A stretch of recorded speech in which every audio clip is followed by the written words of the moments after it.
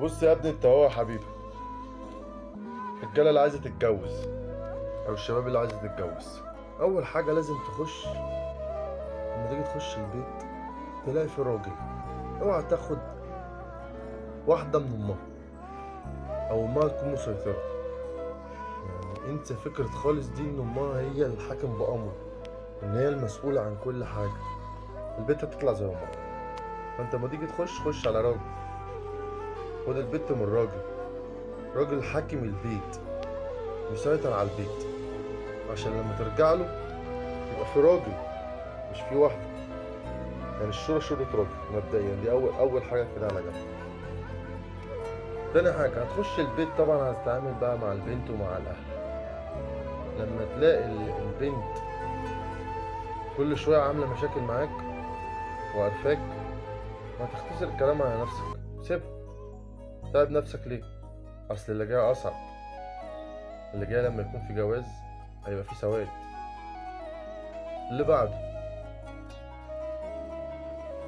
لو كل شوية في مشاكل بينك وبينها، يعني انت كل شوية عامل مشكلة معاها، هي عاملة مشكلة معاك، بعد الجواز هتبقى نصايب مش مشاكل عادية. يعني في حاجة تانية صحيح، لو لقيت مثلا أخت ليها قاعدة عاملة مشكلة مع جوزها وقاعدة، وانت داخل خارج طبعا، اللي هي موجودة أسبوع التاني التالت الرابع، وده هيبقى معاك. اللي بيحصل مع أختها ده هيبقى زيه وزيك بالظبط، هو نفس الكلام اللي هيدور معاك. واللي هيتحكي لك مش صح، مش حقيقة. يعني أي حاجة هما يحكوها لك ما تصدقهاش، عشان هي بتبقى العكس. هما اللي بيبقوا غلطانين مش هو، بس بيتحكي لك انت ايه، ان هو اللي غلطان، وان هو اللي فيه وفيه وفيه وفيه. خلي بالك ده العكس، ده هما اللي فيهم وفيهم وفيهم وفيهم. هما ناس كده كدابين. في حتت بقى كده لازم انت ايه تخلي بالك منها. لو انت لقيت خطيبتك دي بتعلي صوتها عليك، بتغلط فيك، عمالة تختبر فيك، مش بتسمع كلامك، بتهاودك، بتفضل اهلها عنك، دايما صوتها عالي، بتكروتك، في الاخر تقولك معلش حقك عليا، انا اسف. وانت تقول ايه، اصبر يا عم اصبر هتتعلم، يمكن سنها صغير وهربيها على ايديك. اوعى تربي حد، ده هتربيك. والمصحف. ايه تاني يا عم؟ اه القايمة. طبعا انت لسه مش فاهم حاجة، فهتخش تلاقي حاجة اسمها قايمة. القايمة دي يا معلم كل حاجة انت بتجيبها بتشقى وتتعب فيها تجيبها، واهلها بيجيبوا لها، فكل الحاجات دي بتتكتب اسمها قايمة. القايمة دي يا معلم بتتمم، انت بتمضي عليها. طب بتمضي عليها ليه؟ عشان لما تعوز تذلك تاخد منك القايمة، سواء بقى اتطلقت ما اتطلقتش، اللي هي انها تاخد وصل الامانة بتاعها امتى وازاي، دي بتاعتها هي. يعني ممكن تاخد العفش بتاعك كله اللي انت جبته وتعبت وشيت فيه، وتخليك قاعد على البلاط. طب لو انت طلقتها برضه تخليك على البلاط. فخلي بالك من حكاية القايمة دي. انا مكانك مش همضي قايمة تاني، انا عن نفسي جربت. ايه يا معلم تاني؟ اه المؤخر، اوعى تكتب مؤخر فوق الخمس او ال10,000 جنيه. المؤخر كده كده عليك، يمين شمال هتدفعه هتدفعه. يعني هو اصلا المفروض اول ما تتجوز انت بتدوم لها كمان، بس في الطلاق بتدوم لها. يعني انت فاهم القصه، ان انت كده كده المؤخر لو انت كتبت على نفسك 1,000,000 جنيه وعايز تطلعها دلوقتي، هي مش عاجباك، طلعت مش كويسه يا عم، وعايز تطلعها يعني مش حاببها، هتدفع 1,000,000 جنيه. هتجيب منين؟ معاك ايه؟ البس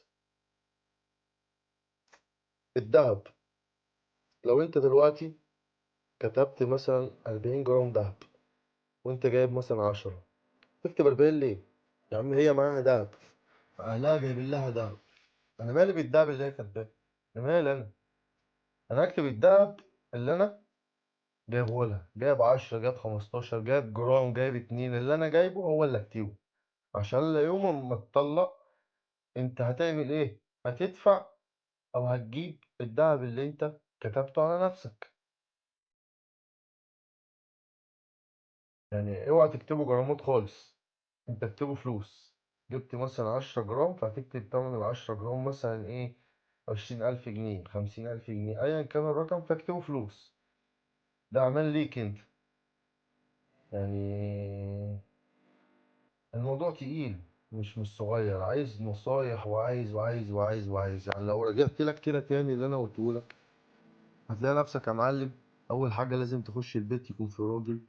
لو في مشاكل بينك وبينها وهي بتعلي صوتها وبتغلط وبتاع، ما تجلونش نفسك وتقول لا يا عم وهي لسه صغيرة هتفهم، وهم يقولوا لك معلش وحقك علينا، وانت تقول اهلا وهو واقفين معاه. مش واقفين معاك دول بيثبتوك يا حبيبي، بيثبتوك عشان بكرة.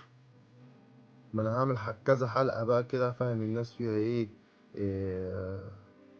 إن ما تغفلش، عشان هي تغفيلة والله. في ستات كده بتاخدهم بتلبسهم، فاهم. الله يعيننا على اللي احنا فيه. احنا في زمن اسمها ايه دي، سوزان. سوزان خربتها علينا، ركبت الحريم علينا. انت تخيل انت لو انت متجوز دلوقتي واحدة ست مثلا، الله يسامحها يعني، وجابت شهادة زور وعملت لك محضر ضرب وانت ما ضربتش. عادي على فكرة، عادي تاخد واحدة وتروح تعمل محضر ضرب وان انت ضربتها، وممكن حد يضربها في وشها وتخربش في جسمها كده كام خربوش، وتروح تعمل لك محضر، يتفرج عليك محضر حكم غيابي أو حضوري شهر شهرين حبس. شفت انت كده، عرفت كده. الموضوع خلي بالكوا يا جدعان، اقسم بالله لو حد يعني لو انت سمعتيني كويس هتفهم الموضوع صعب. لازم تركز اوي حات امك عشان ما تاخدوش مغري.